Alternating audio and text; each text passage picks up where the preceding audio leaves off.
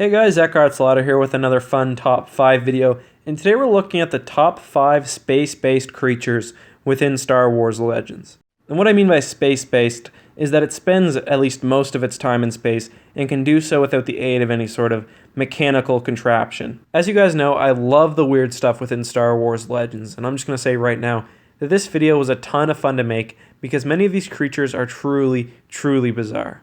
I will say there is kind of a downside to this, and this video is going to be a little bit shorter today because many of these creatures are only mentioned once or twice in Star Wars Legends, often in a card game or an RPG pack. I'll still tell you guys as much as I can and give you all of the information that I have, but often that's not going to be a whole lot, and we probably will never actually get any more in the future. And that goes back to my other video I made a couple days ago, but how it is kind of a shame that Star Wars Legends isn't being continued concurrently with the Disney canon. Number 5 is the Colossus Wasp, and as the name would suggest, the Colossus Wasp was an extremely large wasp that could survive in space indefinitely. And when I say extremely large, I mean it as in over 1 kilometer long. And at that size, the wasp was not only, dangerous to medium-sized spaceships, but even things like smaller space stations. One thing that I actually kind of find really funny about these wasps is that once they died, their bodies were often hollowed out and used as mining ships. And I think that that's a deserved fate for a species that has a name that is so hard to pronounce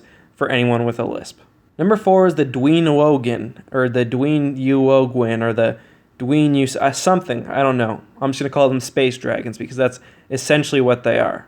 And these space or star dragons were pretty much exactly like the dragons of legend in our universe. They're just like you'd expect them to be. They're extremely wise, extremely smart. They've got a sort of mythological aspect to them. And of course, they look really cool. And yes, for those who are wondering, star dragons actually could, of course, live in space. I mean, they're on this list, aren't they? And while they couldn't survive forever, they could definitely stay out in the vacuum of space for weeks on end. And I will say that these creatures aren't quite as obscure as the other ones on this list, and they actually appear in one of the Thrawn trilogy books. And I know you guys are wondering, and I'll just say it right now, yes, there are dragon Jedi. So I'm sure at this point you guys are all blown away, and what could be crazier, what could be more outlandish than space dragons? Well, Anakin Skywalker can actually tell you. Are you an angel? What? An angel. I heard the deep space pilots talk about them. They're the most beautiful creatures in the universe. They live on the moons of Viego, I think.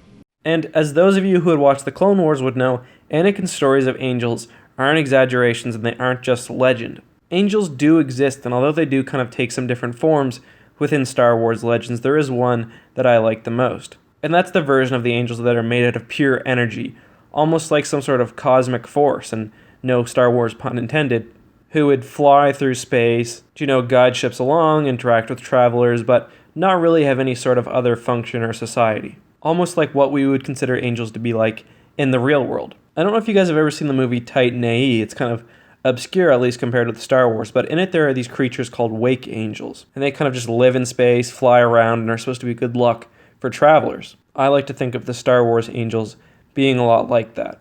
And again, I know that's not really the way that the Clone Wars took it, but it's how I would have done it. Number 2 is one of those ones that, despite there not being a whole lot of information about, I still find really, really interesting, and that's the still sail. The still sail are interesting to me because they're probably the largest creatures in the Star Wars universe, and they act as some sort of cosmic membrane. And yes, they are biological, and they do grow in the vastness of space, and if allowed to grow freely, they can actually get to be over 100,000 kilometers wide, and that is huge. We don't really know much else about the still sail, and I have a few questions that I would wonder what happens, say, if a ship were to run into them. Can they move or control themselves in any sort of way? Are they truly sentient? I find them really interesting too because they kind of serve as a biological version of the things that actually make up our galaxy. So things like galactic superclusters or galactic walls or filaments. These are all the things that take up the voidness of space within the universe, within our universe at least, presumably within the Star Wars universe too. So it's kind of neat to have like an analogous biological superstructure, albeit at a much smaller scale.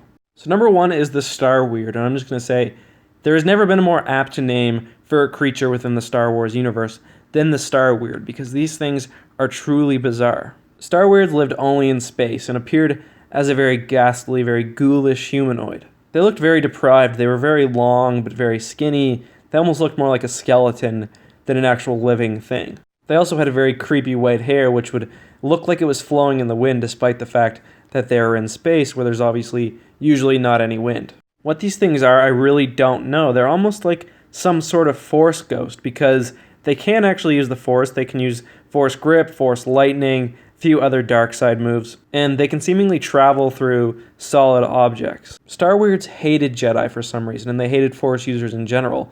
And when they stumbled across one, they would attack it with this vicious and this frightening scream, and only the strongest could resist fear from it. After basically screeching at them, not unlike what Palpatine did in Episode 3, they would attack them with powerful dark side powers. All in all, just the physical description of these things, the fact that they only really exist in deep space and that they have dark side powers and scream at you if they're attacking you, all make these things incredibly bizarre. Not only that, they make them, in my opinion, the weirdest space race in the Star Wars universe.